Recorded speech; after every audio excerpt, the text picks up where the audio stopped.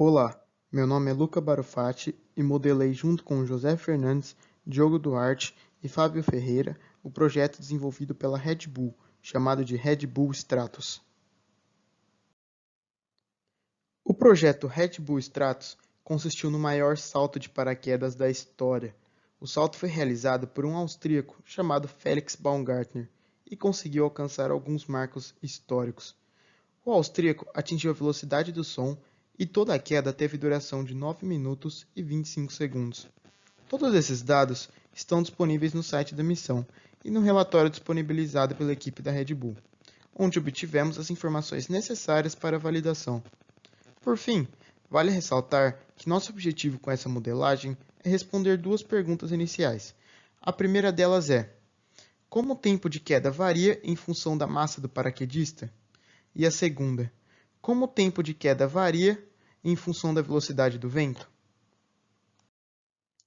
Com a construção do diagrama de corpo livre, é possível perceber que apenas duas forças atuam no corpo: a força de arrasto, conhecida em inglês como drag, a qual possui mesma direção da velocidade, contudo, sentido contrário, e a força peso, que neste caso possui direção e sentido perpendiculares ao centro da Terra. Para equacionar a força-peso, vemos que ela depende da aceleração da gravidade, a qual, por sua vez, depende da distância entre o corpo e o núcleo do planeta.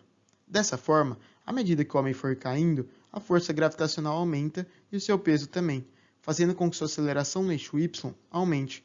Outro fator alterado pela altura é a densidade do ar, a qual é necessária para o cálculo da força drag. Para solucionar esse problema, pegamos diversos valores de densidade em função de suas respectivas altitudes e adicionamos em um gráfico. Em seguida, plotamos uma linha de tendência polinomial de quinto grau. Dessa forma, obtemos a função que calcula um valor aproximado da densidade do ar. Para que consigamos encontrar as fórmulas do sistema, temos que decompor a força drag em seus componentes no sistema de coordenadas, como podemos ver nesta imagem.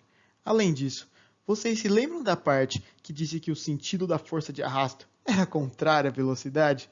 Então, esse é o momento de utilizar essa informação. Para descobrirmos o valor das componentes dx e dy, precisamos calcular os valores de seno e cosseno do ângulo alfa. Dessa forma, podemos calculá-los em função da velocidade. Para isso, precisamos então calcular a velocidade relativa do corpo no nosso modelo. Em cada eixo, ela é dada pela subtração entre a velocidade do vento e a velocidade do paraquedista. Então, utilizando o teorema de Pitágoras, conseguimos encontrá-la. Resumindo, calculamos a velocidade relativa, o seno e o cosseno de alfa, para finalmente calcular as componentes dx e dy. Tendo isso em vista, calculamos as forças resultantes nos eixos x e y. Assim, encontramos as equações do movimento de nosso modelo e as diferenciais para simular no Python. Com as equações do movimento em mãos, fomos ao Python para finalmente simular a trajetória do corpo.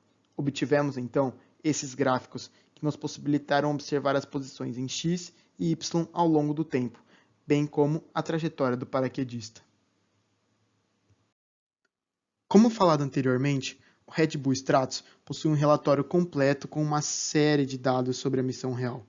Desse modo, utilizamos as informações para plotar esse gráfico da altura em função do tempo e validar nosso modelo. Nele, os pontos vermelhos são os dados reais e a linha azul são os resultados obtidos por nós. Percebe-se, então, que o nosso modelo é razoável e pode ser utilizado para responder as perguntas iniciais. Antes disso, curiosos para entender o porquê alguns pontos da validação estão afastados do modelo, descobrimos que em um certo momento da queda, o paraquedista perdeu o controle do salto e acabou girando por alguns instantes. Isso acarretou em uma maior área de seção transversal e, consequentemente, uma intensidade maior da força de arrasto durante esse período. Visando responder nossa primeira pergunta, como o tempo de queda varia em função da massa do paraquedista, plotamos dois gráficos. O primeiro deles indica como diferentes massas influenciam na relação entre a altura e o tempo de queda. O segundo, o qual é um gráfico conclusivo, nos mostra que quanto maior a massa do corpo, menor o tempo de queda, algo bem plausível, uma vez que a massa e o peso são diretamente proporcionais. Em seguida, plotamos dois gráficos para responder como o tempo de queda varia em função da velocidade do vento. Assim como na pergunta anterior, O primeiro gráfico mostra a influência de diferentes velocidades do vento na relação entre a altura e o tempo de queda. O gráfico conclusivo, por sua vez, nos faz perceber que o tempo de queda é pouco alterado pela velocidade do vento. Contudo, quanto maior a velocidade do vento, maior o tempo de queda. Muito obrigado pela atenção e caso vocês queiram acessar os materiais consultados, eles estarão disponíveis tanto no vídeo quanto na descrição.